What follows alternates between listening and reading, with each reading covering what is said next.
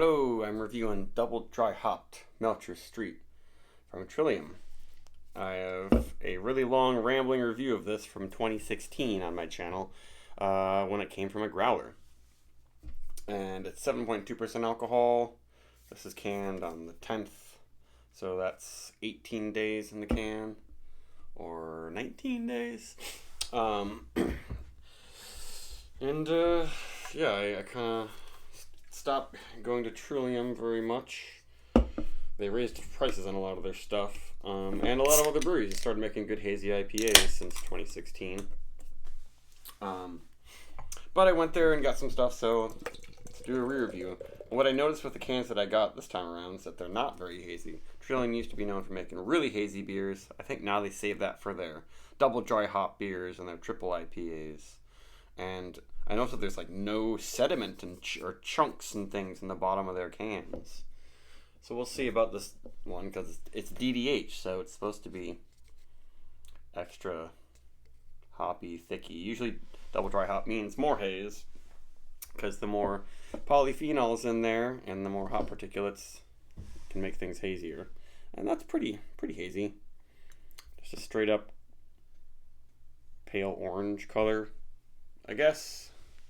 And the head doesn't look too bad for a double dry hop Trillium. Not going to stick around forever. And I'm smelling it already. Yep, real big is straight up peach. Peach and more peach. So Melcher is Mosaic. They do use Columbus hops, or CTZ, which stands for Columbus, Tomahawk, Zeus.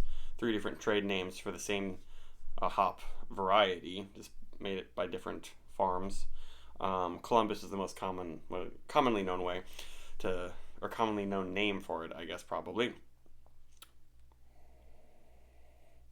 And it's just peach rings. Seems like a lot of the funkier qualities of Mosaic have really been bred out over the years. I used to get scallion, plasticky, weird things. Now this is just straight up peach.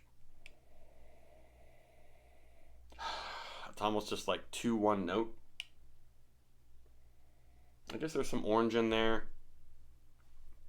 A lot of Trillium's beers, especially their Fort Point and their Street series, they've used very similar recipes and hops. I think they all use Columbus as the sort of bittering hop, but they use some of that, I think, not just boiled. I think they use some of that later on in the process, so you do get some Columbus flavor and aroma, especially bringing in, there's always this sort of a citrusy element, sort of an orange juice element that I think the Columbus brings, and a slight dank. But that's just very peachy. It smells great. It smells clean. There's nothing scary about it. It doesn't smell too spicy or incensey. Sometimes the double dry hop beers can just be all chalky and just minerally. It's just big fruit.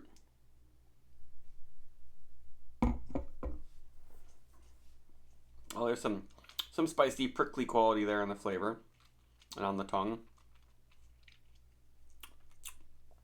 But you swallow it and no burn.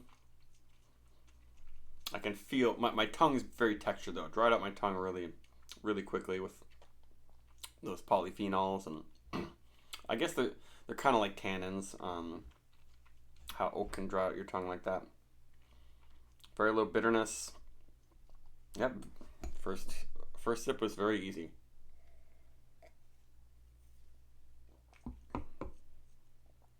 Yeah, there's just a little bit of a carbonic bite, sort of a bubbly and chalky sort of thing. It's like spritzy. It's not very soft and silky, I would say. And it doesn't have a huge feel either.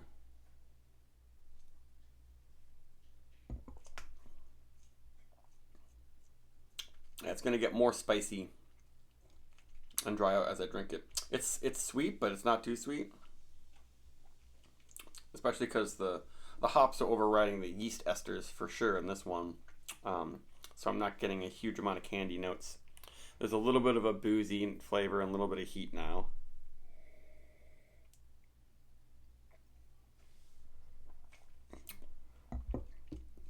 Yeah, the first sip was very easy, but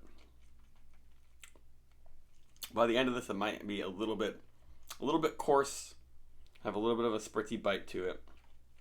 That just kind of comes with the territory for a lot of double dry hop beers. But it seems like Trillium is toned down. They probably, and all these IPAs I've gotten from them, they seem like they're less hazy, they have less throat burn, which is not a bad thing. But they might be a little less intense, but still very hoppy, very aromatic, very fruity.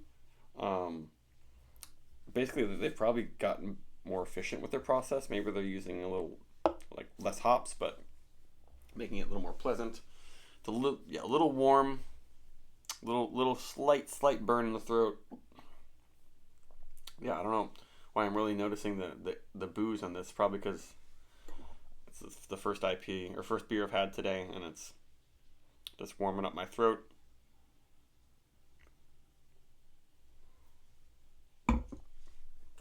Very nice flavor and aroma, and the drinkability, the pleasantness of the whole drinking experience is not bad. It's not off-putting. Some people who hate hazy IPAs won't like that bite to it, but it's still more palatable than like a Stone IPA. Maybe I should return to Stone IPA, but I got like a 2-week-old bottle years ago and did a review, and it was just like so bitter and so malty at the same time.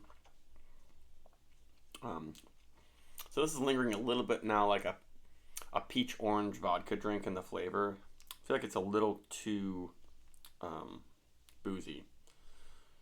That might be slight fermentation off flavor. That's what I've also noticed in Trillium, is sometimes just something seemed to go wrong in the fermentation. This one just not really much. I wouldn't call it a huge off flavor. It's still very peach mosaic forward.